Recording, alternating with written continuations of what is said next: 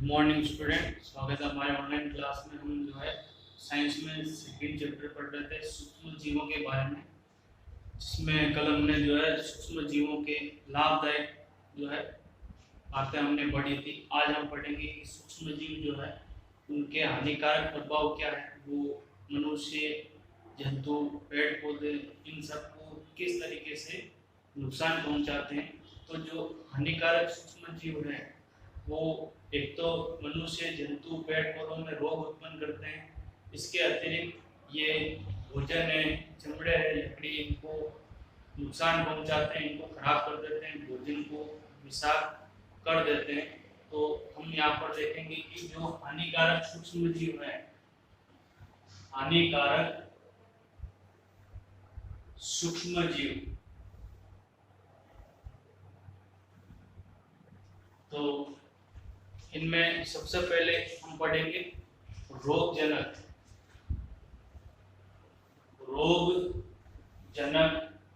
सूक्ष्म जीव।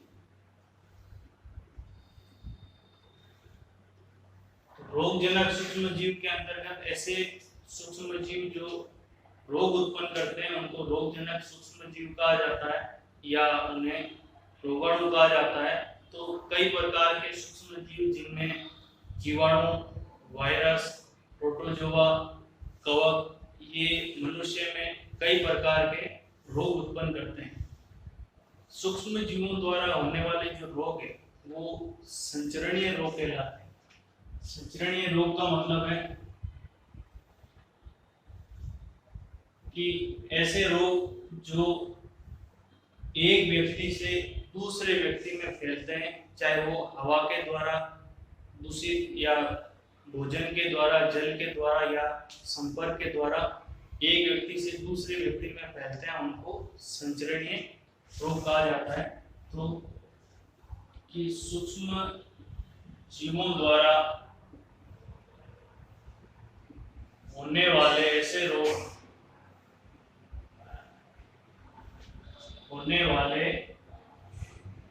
ऐसे रोग, जो एक व्यक्ति से दूसरे व्यक्ति में फैलते हैं, एक व्यक्ति से दूसरे व्यक्ति में फैलते हैं, उन्हें संचरणीय रोग कहा जाता है। उन्हें संचरणीय रोग कहा जाता है। तो ऐसे कई प्रकार के रोग हैं, जैसे उदाहरण के लिए जो सामान्य सर्दी जुकाम है, इसके अतिरिक्त हैजा है, चिकन पॉक्स है,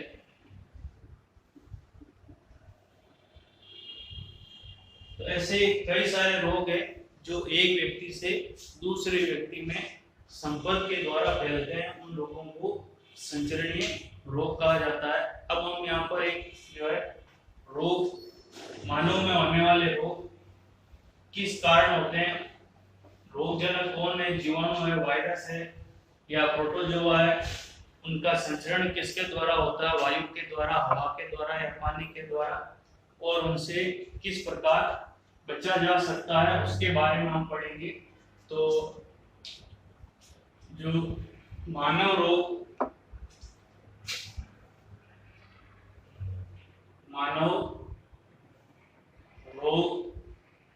एक तरफ रोगजनक कौन सा है, उसका संचरण का तरीका,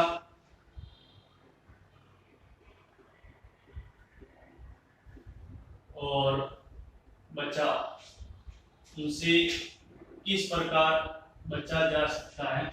तो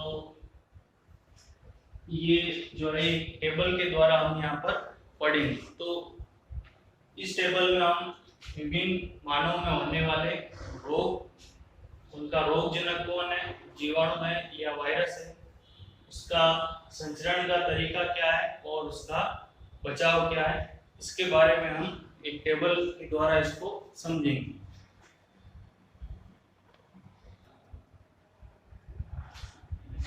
यहाँ पर ये टेबल बनाई गई है मानव में होने वाले कुछ प्रमुख रोग है। उनमें सबसे पहला रोग है क्षय रोग, जिसको सामान्य भाषा में टीबी कहा जाता है। ये क्षय रोग एक जीवाणु के द्वारा होता है।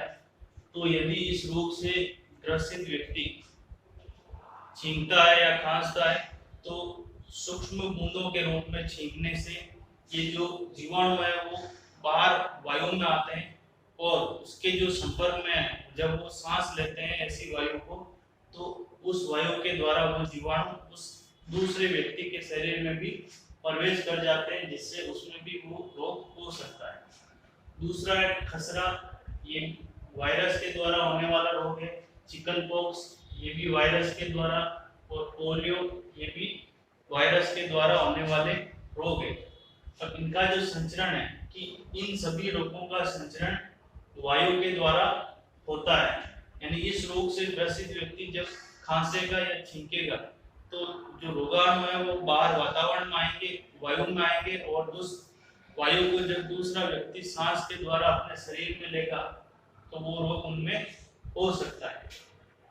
अब इनसे जो बचाव का जो तरीका है कि इन रोगों से कैसे बचा जा सके, तो जिन व्यक्ति को रोग हो चुका है, तो जो रोगी व्यक्ति है, रोगी व्यक्ति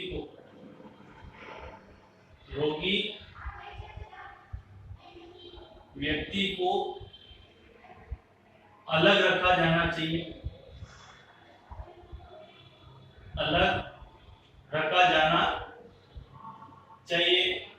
उसको एक अलग कमरे में रखा जाना चाहिए। उसके खाने पीने का सामान जो है, बर्तन वगैरह सब अलग होने चाहिए। इसके अलावा इन रोगों को हम टीकाकरण यानी वैक्सीन के द्वारा इनको रोक सकते हैं।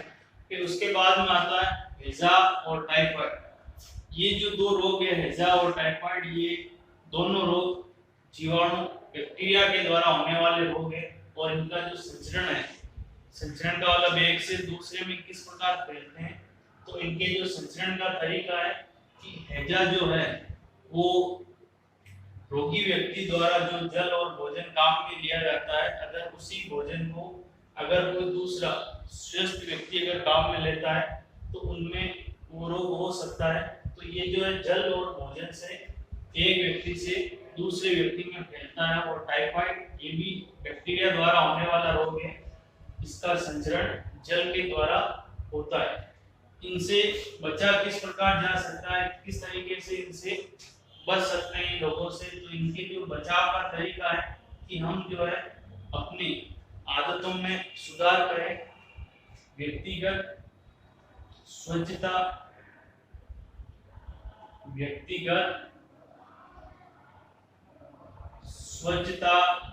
व अच्छी आदतों द्वारा इन्हें रोका जा सकता है।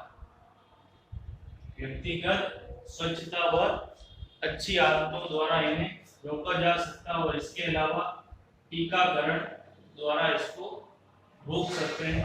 फिर उसके बाद में अगला हेपेटाइटिस ए, ये वायरस के द्वारा होने वाला रोग है। इसका संचरण जल के द्वारा होता है। इसलिए इस रोग से बचाव के लिए पानी को अगर हम थोड़ा गर्म पानी पिएंगे तो इस रोग से बचा जा सकता है। इसके अलावा इसके साथ साथ में टीकाकरण द्वारा इसको रोका जा सकता है। फिर लास्ट में आता है मलेरिया जो एक प्रोटोजोआ है, प्लाज्मोडियम, उसके द्वारा होता है। और इसका जो संचरण है वो मच्छर के द्वारा होता है। ये मच्छर जो है रोगी व्यक्ति को अगर मच्छर काटे और वही मच्छर अगर किसी दूसरे स्वस्थ व्यक्ति को काट दे तो उनमें मलेरिया हो सकता है। इससे बचने के लिए इसका जो वाहक है मच्छर, तो मच्छरों से बचा जाना चाहिए। इसके लिए आसपास का जो वातावरण है वो साफ सुथरा होना चाहिए, यानी एक जगह जो है साफ जगह होनी चाहिए। पानी वगैरह इकट्ठा नहीं होना चाहिए ताकि वहां पर मच्छर नहीं आए। इसके अलावा सोते समय मच्छरदानी का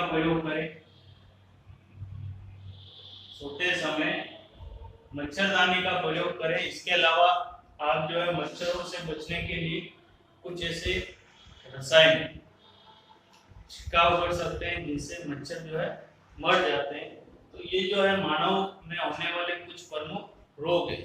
अब जो रोगाणु है वो केवल मानव में ही रोग उत्पन्न नहीं करते हैं, वो जंतुओं में भी रोग उत्पन्न करते हैं। और खास तौर पर जो पालतू जानवर है जैसे गाय, भैंस, बकरी, इनके अंदर ये जो है रोग उत्पन्न करते हैं जिनसे हमें जो उनसे प्राप्त होने वाली चीजों पर असर पड़ता है।